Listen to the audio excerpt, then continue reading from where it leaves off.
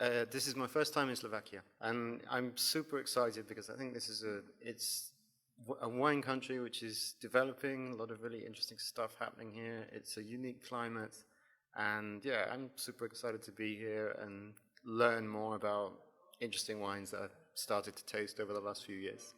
So I think what's really interesting here is that you have this, it's quite cool climate. To me, it's cool climate winemaking. You have this kind of quite extreme continental climate. In many ways, perfect conditions, I think, to get the freshness. And for orange wines, freshness is very important to me. I think some of the varieties you have as well, Devin and the Slovakian name for Grüne Veltliner. So I think you have interesting varieties, great climate, huge potential. It's exciting to see what's happening here. I'm really happy to see orange wines as part of this competition because to me, orange wines, I judge them and view them in exactly the same way as any other type of wine.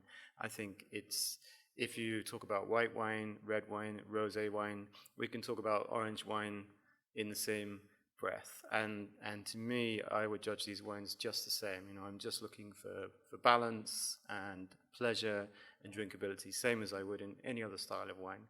So I think we will get to a point where we don't see orange wine as something weird and wonderful. For me, it's just part of the continuum and one of the things that you can do when you have white grapes in your vineyard.